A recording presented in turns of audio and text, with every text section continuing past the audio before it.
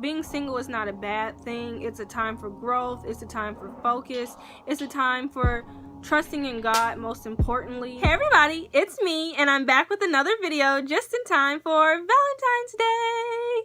I know it's one of those holidays that you either hate, love, or really just don't care, but for me personally, I love Valentine's Day because I am the hopeless romantic. This is the first in 5 years that I'm celebrating single, so it is a little bittersweet, but I wanted to use that as inspiration to talk about what being single has taught me. I'm gonna give you a little story time about the relationship, about the breakup, and then I wanted to share with you all the things I am learning, have learned, and yeah, so it's gonna be a really good video, so stay tuned. And I just want to wish you a happy Valentine's Day. No matter who you're spending it with, spend it with those that you love, because after all, that's what it's all about, love. So happy Valentine's Day to you all, and I love you all, and let's get right into it. So let's start with story time. Like I said, I was in a 5-year relationship with my college sweetheart, and it recently ended this past September. So it is still, you know, fresh, and I'm still dealing with some of it, a lot of it, to be honest. I can definitely get all up in my feelings, but I'm learning that it's not the end of the world. It does suck, but it's not the end of the world. I have timeless memories to look back on and, you know, be fond of. And so, you know, I'm dealing with it the best I can. But, yeah, let's talk about the happy times, the golden days. We met at Tuskegee University our freshman year. It was actually the first day of orientation, I believe, that Monday. And a mutual friend introduced us. So initially it was just, hi, I'm such and such, nice to meet you. And then, you know, like, since it is orientation, it's pretty much just freshmen outside of our orientation leader. So I would like always see him. I'd see him on the yard, I'd see him in the caf, I'd see him at the events. And the more I saw him, the more I was just like, he fine, he cute, you know, like, hey boo, I see you. And so yeah, he just caught my eye, and so I would like wave and smile at him. And I think once he told me that he thought I was a little weird because I was like always smiling at waving at him. He was just like, what is this girl doing? But yeah, I was a little thirsty, whatever. Fast forward to the end of that week, we were at a mixer and I was there and I wasn't really, you know, feeling it. I was sitting down, he walked over and we just started talking and chit-chatting. I asked him, did he want to leave and go walk, because I just couldn't do the party scene. I wasn't a partier. And so we left and we went walking around the campus and we just got to know each other more, and that really was just like the beginning of our friendship. And as we grew, you know, to know each other, it developed into a relationship. And yeah, there we were 5 years later. It was just an amazing time. We were the best of friends, and you know, we were always together. We did everything together. He's just an amazing person, and I know my college experience wouldn't be the same without him. We spent our formative years together, so it was definitely a beautiful thing. I think we were very much in love. I know I was so in love with him, and you know, I still am, like, you know, nothing new. But like I said, it was just a really good time. We got along great. We were very compatible. We had our opposites attract type thing going as well. He's very conservative and to himself, quiet, I should say. And I'm very outgoing. He's the partier, and I'm the wallflower, which is surprising since I'm the outgoing one. But nonetheless, yeah, he's very passive. Like I said, he's very quiet. I'm very emotional and dramatic. And we could just always have a good time, you know, whether we were doing something or doing nothing at all. We were always laughing, and it was just great. You know, like, we hung around the same group of friends. So like I said, it was just a great time. We've done so much together. We've traveled the country together. We've gone all kinds of places, all different states together, a million trips. And so it was just, you know, beautiful, beautiful. I'm really thankful for the 5 years that we did have together. And so fast forward to senior year, we started to think about, you know, what was going to happen with our relationship, or, you know, what we were going to do individually as well as a couple after graduation. For him, he was definitely career orientated, and so he started applying for jobs. And for me, I was going to continue pursuing my studies. And so as he started to apply, we didn't really know where he was going to get a job. And he was applying so many different places. He really could have got a job anywhere. So thankfully for us, he ended up getting a job in Louisiana, which is his home state. So since I was staying in Alabama, we knew that we'd only be a couple states away. We could hop in the car and go see each other. So it wasn't going to be that bad, but we knew that long distance was going to be hard, and we both had our concerns, but we were both willing to try. I think we both felt like if we could get through Tuskegee together, we could get through anything together. So we graduated, and thus the long distance relationship started. Like we predicted, it was hard. It wasn't easy. You know, the dynamics of your relationship changed drastically. You go from seeing each other every day to seeing each other once or twice a month. You know, the communication is different. It was just a lot of things that we really had to adjust to, you know, after we graduated, and it definitely put a strain on the relationship, but for the most part, you know, we dealt with it the best way we knew how. And then in 2015, not only was it just a crazy year, like so much happened, I think I had started to feel a little complacent in the relationship, and I wanted to feel as if we were, you know, moving forward in, you know, the direction of which I assume would be marriage one day. You know, I knew we weren't going to get married or anything right after we graduated, but I wanted to feel as if we were moving forward. So I think early 2015, I suggested that we move in together. By this time, I had decided on nursing, and so I knew I could pretty much go to nursing school anywhere. So I was like, well, you know, I can come there and finish school, start my career down the road, and I'd pretty much have everything I want. I'd have my career, I'd have my man, and I'd be happy. And for him, he wasn't too excited about it. He was kind of living like a bachelor life. It was the first time in 4 years that we had been separated from each other. And so he really just, you know, had developed into this, you know, comfortable space of being alone and having his own space and doing his own thing. And, you know, he was just in a good space there. So he wasn't really too excited about living together. But being the baby I was like, please, you know, la la la la la. And I will say, unfortunately, I did kind of pressure him into it. We decided to move in together. Long story short, our plans fell through. And when that happened, it kind of just like opened a Pandora's box of things that we hadn't really addressed or realized before. And what we noticed is that we just weren't on the same page about what we wanted. I was more so ready to feel like more committed to each other. And for me, that was, you know, living together and within the next couple of years getting married. And he just wasn't there yet. He didn't want to live together. He didn't know when he was going to be ready to get married. And so we really just had to look at those things and say, okay, you know, like, what's going on? Where are we going? And so I don't think it was necessarily the idea of that he wasn't the person or I wasn't the person. I think we thought that we were both great for each other and we'd make a great married couple down the road. I think that was always our end goal, that we were going to pursue marriage with each other. But we realized that right now just wasn't the time, and we felt that it was more beneficial not to be together if we weren't moving forward in the same direction. So we unfortunately ended our relationship, and it was really hard.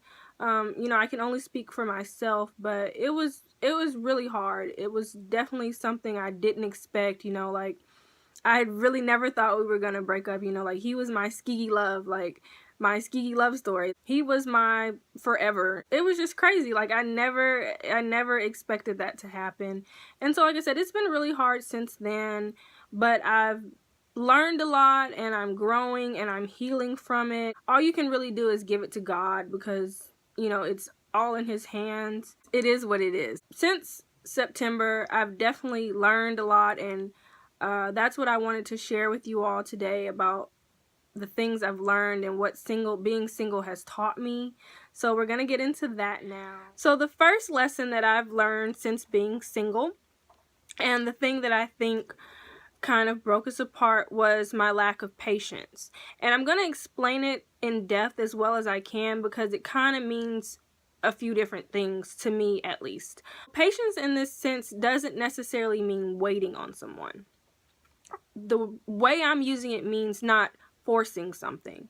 So it was wrong for me to kind of pressure him into wanting to live together when he had made it clear that he wasn't really ready for it. He wasn't, too fond of the idea.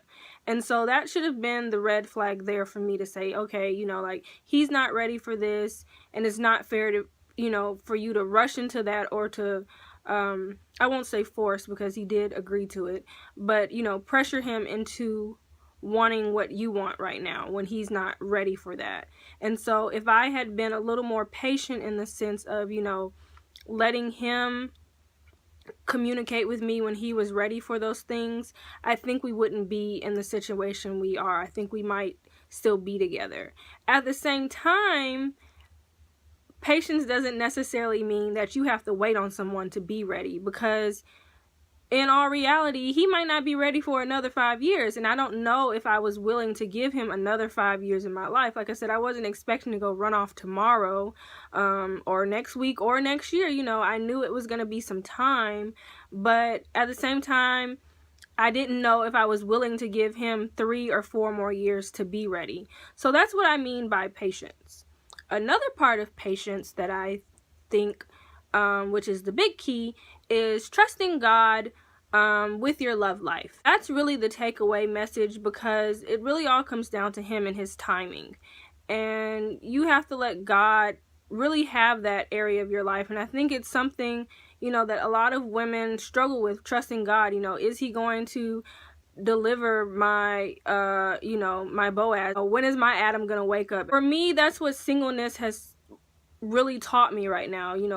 Am I going to trust God with something that I really desire? Because for me, I didn't grow up in a nuclear family. So, my grandmother raised me. My mom wasn't present throughout my childhood and part of my adolescent and teen life. And my parents were never married. So I have a huge desire to want to be married. And so I really have to put my trust in God to know that if it's in his will, he will give me that desire of my heart. And it's not when I want it, but when he wants it. And so that's what I really learned about being patient. Not just patience in the sense of not forcing things, but patience in the sense of waiting on God to open that door in your life, to reveal what your love life is going to be like. I really had to interject God into that part of my life, and just know that when it's time for me to meet the person that I'm supposed to be with, or if we ever decide to, visit that part of our past, that God will show me and show us, and when the time is right for that. So that would be the number one lesson: patience and trusting God with your love life. And I will say that can be extremely, extremely hard, waiting on God and not rushing things or trying to force things, because I want to say after graduation and leading up until we broke up, I want to say probably like 5 couples from Tuskegee got engaged. And so that was really hard, knowing that, marriage is something I really, really wanted, and I wanted marriage with this person, and we had been together a pretty decent time. And I know you shouldn't, look at the years and all that stuff, because time isn't a factor, but I was, in a sense, I was ready for that, and I wanted that for us too.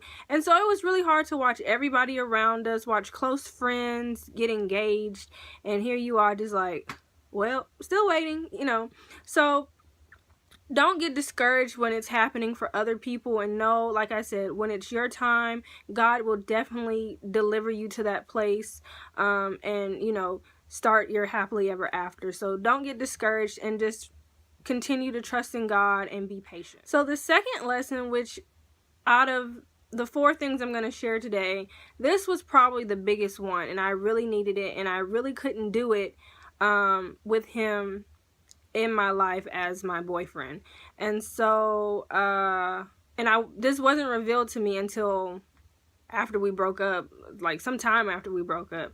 But yes, number 2 is focus. Your time as a single is just the best time to focus on you.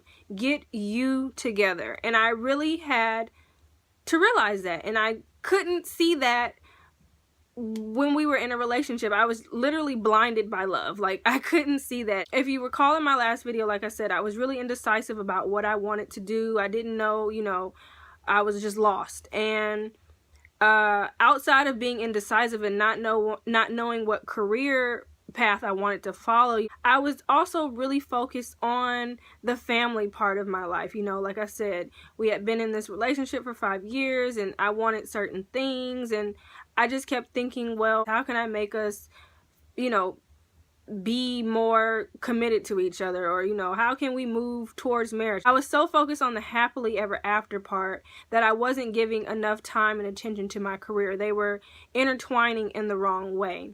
And so God revealed to me after the fact that he had to remove that relationship from my life in order for me to really focus on what I wanted to do.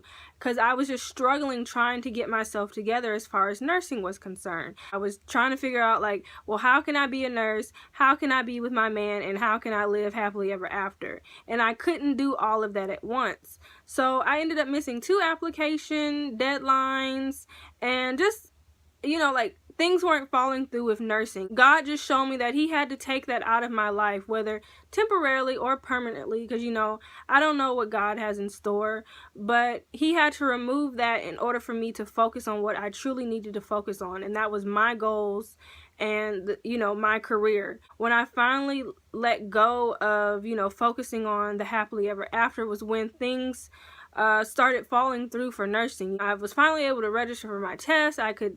I applied to nursing school, and things are just falling into place. And so I realized, you know, I just couldn't do that while I was in a relationship. The takeaway note for that is, you know, focus on you first. Make you a priority. God thankfully showed me that, but that was something I could have learned from him, because that was always his primary focus. Not saying he didn't care about our relationship. He was going to make sure he was secure at the end of the day, and that he had a job, and that was the first thing, you know, that he was gonna pursue, and that's what he did. That should have been like, hello, you know, like, knock knock, get it together. And not saying he never told me, because, you know, he was always encouraging me to make sure that I was, you know, on the right track to get, you know, my career in line. But I just couldn't do it, I guess, with us being together. And so once we ended the relationship, God really showed me, okay, like, this is what you need to focus on. So if you're single, just in general, or if you're single after a breakup, take this time to focus on you and focus on the things you need to get done. Focus on your goals, focus on your dreams, and really just make yourself the priority. So lesson number 3 is personal growth. There's always an area of our life where we can grow, and we can, you know, work on us and, you know, being a better us. Tons of areas that I still need to work on personally. And I think it not only makes you a better person, but it makes you a better person for the mate that is to come. I know for me, I've definitely have some insecurities that I still have to work on. I definitely have some things from my upbringing that I'm still trying to smoothen out, because I still struggle with a lot of things, such as like feelings of neglect and abandonment. And, you know, like, you just have to take this time to grow and learn how to be the best you that you can be. And it could be something simple, something as simple as your attitude or the way you talk to people. Sometimes you have to look at yourself and say, okay, this is me. I'm causing this issue. And I realized that that was me in my sense. Like, there was some issues that were just nonsense, and it was because I was being insecure in some type of way. So if you know, like, you have you know, a harsh tongue, or you have an attitude, how can you correct those things? How can you work on those things to make you a better you? And not the sake of just for a relationship, but in general, for you to be a better person in general. There's just tons of areas in your life that you can grow. There's always room for improvement. There's always room for a better you. So take, you know, this time as a single and embrace that singleness and work on your personal growth, you know, blooming into a bigger and better person, a bigger and better you. My last lesson, I also think is a really important one, and it's something that I have to definitely work on, and it's relying on you and yourself alone for happiness and love. You should never, ever, ever depend on someone else to make you happy and to love you. You have to do it yourself. It has to come from you. And I know there was times in my relationships where I really depended on him for my happiness. And he even once told me, he was like, you know, you can't depend on me for your happiness. I didn't listen to him. I dismissed that when he said that. And now here I am looking at myself and saying, okay, you know, like, you can't depend on anybody for happiness, because look at us now, we're not together. So who am I going to depend on happiness for but myself? So for me, I had to find things that made me happy, find things that I was interested in, things that I could do that could make me, you know, that were fun and enjoyable. You know, I started going out more, not dressing less, but going out more. And you know, just hanging with my friends, and you know, just really falling in love with the person I was becoming. And you know, like, self-love is always the best love. At the end of the day, if you don't have anybody else, you have you, and you have Jesus Christ, and that's really all the love that you need. It has to come from you. You can't depend on anybody to provide those things for you. So I would say, if you're struggling with, you know, creating your own happiness or self-love, really just look to God and ask Him to fill the voids that you may be overlooking in your life. Ask God to help you find ways to create happiness, to find ways to love you more, to be able to look into the mirror and say, hey, I love me. I love me for who I am and what I offer to this world. You know, I don't need anyone to justify my worth. I don't need anyone's love to make me feel good about myself. I can provide those things for myself. And knowing that you're self-sufficient in those areas of happiness and love are so important. Just remember, you know, like, what can I do today to make myself happy? There's always something that you can do to make you happy. Volunteer, you know, find things that you enjoy, find people that you like to hang out with, and just learn to create that happiness in other ways, and not necessarily depend on a person or a situation to make you happy. You have to be self-dependent in those areas of your life. So those were 4 of the things that I have learned during this time of singleness, and I hope that you can take something away from it. I hope that it was clear. I definitely hope that you could take something away from it, and that it was inspiring to you. And you know, just know that you're single. Being single is not a bad thing. It's a time for growth. It's a time for focus. It's a time for trusting in God, most importantly. I love to hear things that you've learned if you are single, or what being single is teaching you. And please like this video and subscribe to my channel, and be on the lookout for another kind of love related topic coming really soon. It's going to be quite interesting, so stay tuned for that. And I just thank you for watching. I love you guys. Have a happy Valentine's Day, and I will see you in my next video.